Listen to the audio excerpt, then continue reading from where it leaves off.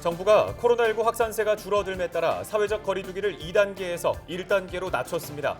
마을 전체가 격리 중인 정읍 양지마을에서는 더 이상의 추가 확진자는 나오지 않았습니다. 전북도가 사회복지시설 운영을 재개합니다. 그동안 운영이 중단된 전북 지역 시설은 7천여 곳으로 전체 시설 가운데 74%를 차지했습니다. 전국 지방자치단체를 대상으로 종합적인 행정 역량을 점수로 매기는 생산성 평가가 해마다 이뤄지고 있습니다. 그동안 10번의 평가가 이뤄졌는데 응모조차 안 한 지자체도 있어 빈축을 차고 있습니다. 전북 지역의 화학 분야 전문 인력이 부족해 유해물질 사고에 취약할 수 있다는 지적이 나왔습니다. 최근 10년 동안 전북도가 채용한 화학 분야 전문 인력은 2명에 그쳤습니다.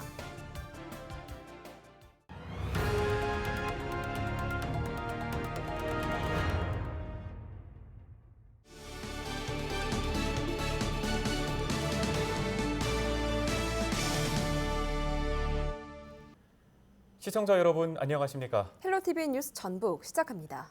정부가 코로나19 확산세가 억제됨에 따라 사회적 거리두기를 2단계에서 1단계로 낮췄습니다. 추석 이후 대규모 집단 감염이 발생해 많은 우려를 낳았던 정읍 양지마을에서는 더 이상의 추가 확진자는 발생하지 않았는데요. 정읍시는 이동 제한 명령으로 어려움을 겪고 있는 양지마을 주민을 대상으로 지원책도 내놨습니다. 이진철 기자가 보도합니다. 지난 주말 전북에서 코로나19 확진자 2명이 추가로 발생했습니다.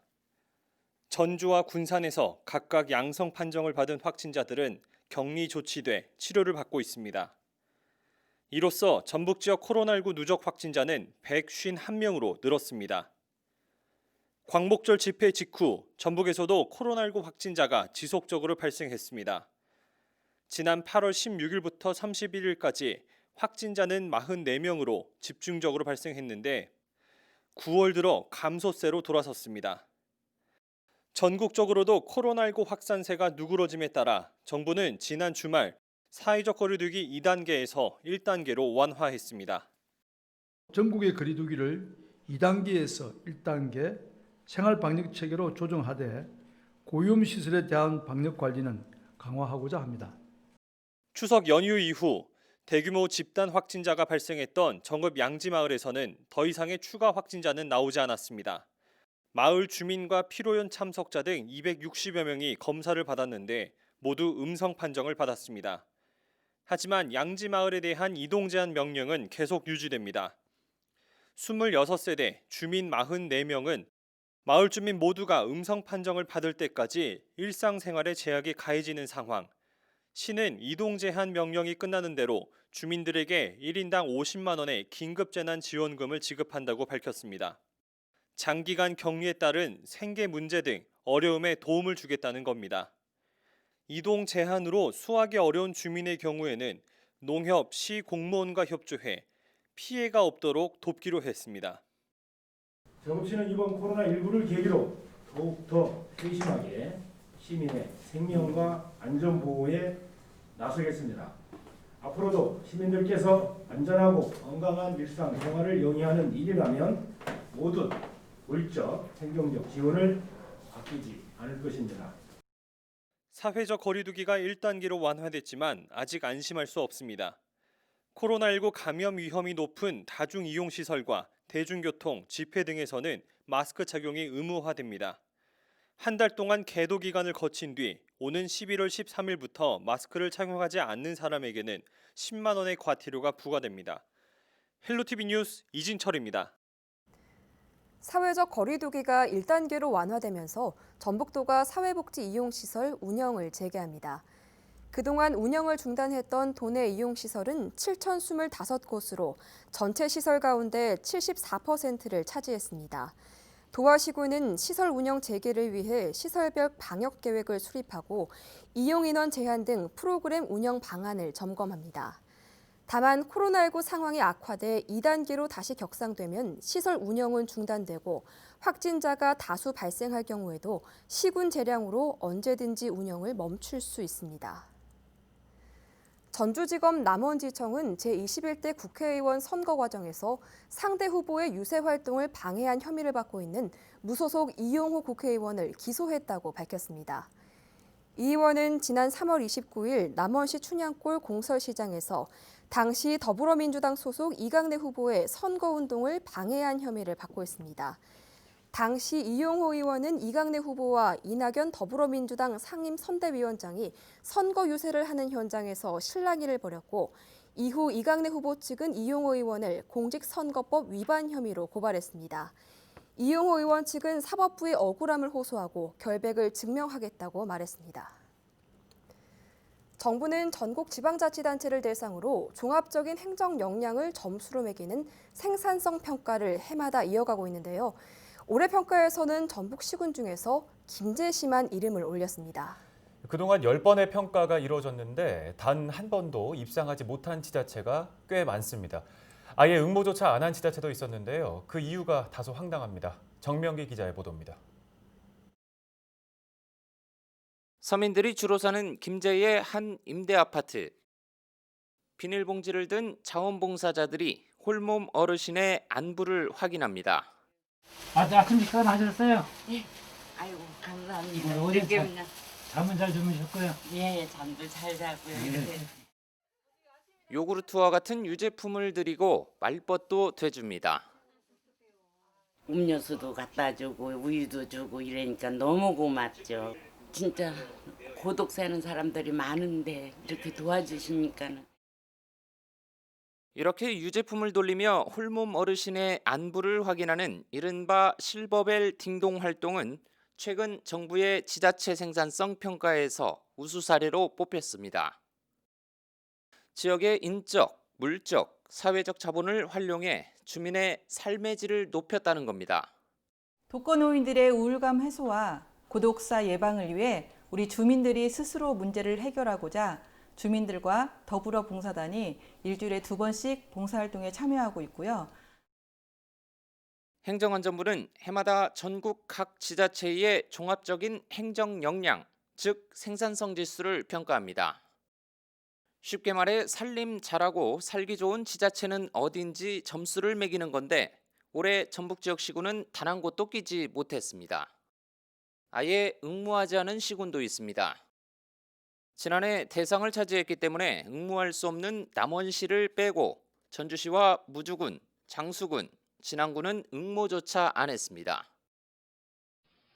저희는 지금 올해는 안 해가지고. 혹시 이유가 있을까요, 여기? 중간에 저 모르자 관련해서 툭 떠가지고 내용이 약간 애매모호해져서. 올해 저희가 공문을 못 받아서요. 확인을 해봐야 할 것 같거든요. 올해는 저희가 따로 응모를 한 게 없어서. 정성평가 방식인 생산성 우수 사례 부분은 올해 도내 대부분 시군이 도전했지만 김제시만 겨우 이름을 올렸습니다. 지자체 경쟁력을 높이기 위해 10년째 이어가고 있는 지자체 생산성 대상. 그동안 한 번도 이름이 오르지 않은 도내 시군은 정읍과 익산, 부안과 고창, 임실과 진안 등 6개 시군입니다. 헬로티비 뉴스 정명기입니다. 전북 지역 소방관서에 화학 분야 전문 인력이 없어 유해물질 사고 대응에 취약할 수 있다는 지적이 나왔습니다. 국회 행정안전위원회 박완주 의원은 최근 10년 동안 전북도에서 채용한 화학 분야 전문 인력은 2명이라고 밝혔습니다. 이들은 현재 화학 업무를 담당하고 있지는 않은 것으로 파악됐습니다. 이에 따라 전북 지역에 있는 823곳의 유해 화학물질 취급시설의 사고 대응을 비전문가가 도맡고 있어 미숙한 대처가 우려되고 있습니다. 이정린 전북도 의원이 올해 수해 피해와 관련해 댐 관리 부실 진상조사와 피해 보상을 위한 특별법 제정을 촉구하고 나섰습니다. 이 의원은 전북도의회에서 열린 제376회 임시회 제1차 본회의에서 지난 8월 수해가 댐 관리자인 한국수자원공사와 홍수통제소관부처인 환경부의 부실한 대처가 촉발한 인재였다는 사실이 드러나고 있다고 주장했습니다. 그는 이어 인재가 확실히 밝혀지면 홍수 피해 진상조사와 피해 주민 구제 방안에 대해서도 국가 차원에서 보상할 특별법과 같은 제도적 장치 마련이 시급하다고 강조했습니다.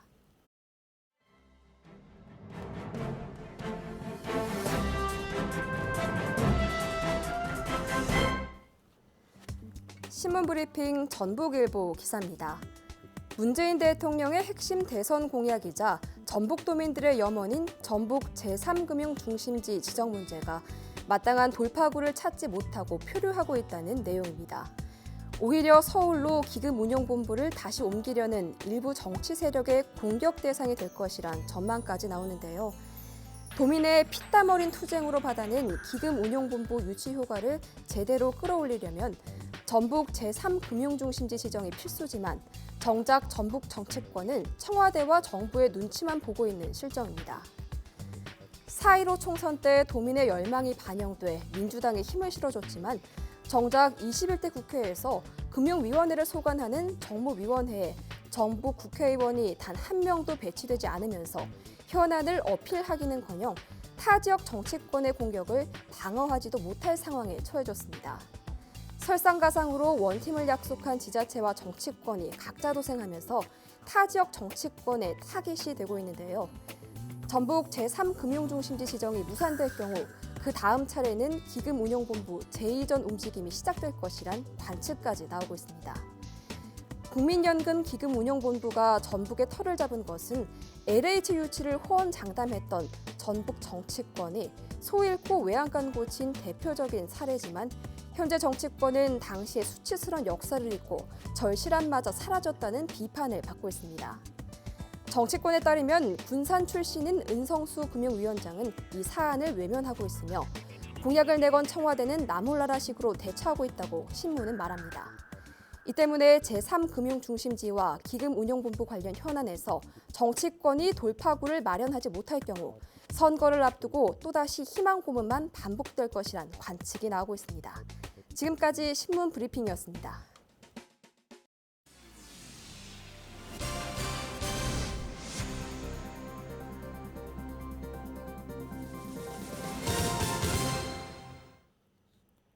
다음 소식입니다. 남원시가 원예 농가들의 경제적 부담을 줄이기 위해 과실 전문 생산단지를 조성할 계획입니다. 남원시는 시설 원예 산업 기반을 확충하기 위해 시설 원예 지원 사업 수요 조사를 실시한다고 밝혔습니다. 시는 파프리카와 상추, 딸기, 토마토 등 시설 재배 농가를 대상으로 관수, 관비 시설과 온풍 난방기 설치 등을 추진해 연중 생산할 수 있는 기반을 구축할 예정입니다. 과수 산업의 기틀을 마련하고 농산물 개방에 적극 대응하여 과수농가 소득 창출이 될 수 있도록 적극 노력하겠습니다. 전북도 소방공무원 10명 중 6명이 건강에 문제가 있는 것으로 확인됐지만 정밀 건강진단 등 후속 조치를 위한 예산은 편성되지 않은 것으로 나타났습니다. 국회 행정안전위원회 정의당 이은주 의원은 지난해 전북도에서 검진을 받은 2,500여 명 가운데 64%가량인 1,600여 명이 각종 질환을 앓고 있거나 발병 우려가 높은 건강 이상자로 확인됐다고 밝혔습니다. 하지만 예산이 편성되지 않아 이 가운데 정밀 건강진단을 받은 소방공무원은 단 한 명도 없었습니다. 전국에서 소방공무원에 대한 정밀 건강진단 예산이 편성되지 않은 곳은 전북과 세종뿐이었습니다. 끝으로 우리 지역 날씨 정보입니다. 이제 옷차림을 더 따뜻하게 하셔야겠습니다. 북서쪽에서 찬 공기가 내려오면서 화요일에는 기온이 뚝 떨어지겠습니다. 진안과 장수 등 동부 내륙을 중심으로 아침 기온이 5도 내외로 떨어지는 곳이 있겠고 바람도 강하게 불어 체감 온도는 더욱 낮아 쌀쌀하겠습니다. 수요일에도 비슷한 기온을 보이겠습니다. 아침 기온 10도, 한낮 기온은 20도가 예상됩니다. 10도 이상 크게 벌어지는 일교차에 유의하시기 바랍니다. 화요일 지역별 낮 최고 기온은 김제 20도, 임실 18도, 그 밖의 지역은 19도를 보이겠습니다. 주간 날씨입니다. 아침 기온이 10도 내외를 보이며 쌀쌀하겠고 대체로 맑은 날씨가 이어지면서 대기가 차차 건조해지겠습니다. 바다 날씨입니다. 바다의 물결은 전북 앞바다에서 최고 1.5m로 약간 높게 일겠고 서해남부 먼바다에서는 바람이 강하게 불겠으니 항해나 조업하는 선박들은 유의하시기 바랍니다. 날씨 정보였습니다. 헬로티비 뉴스는 언제나 지역 주민 여러분 곁에 있겠습니다. 함께해 주신 여러분 고맙습니다.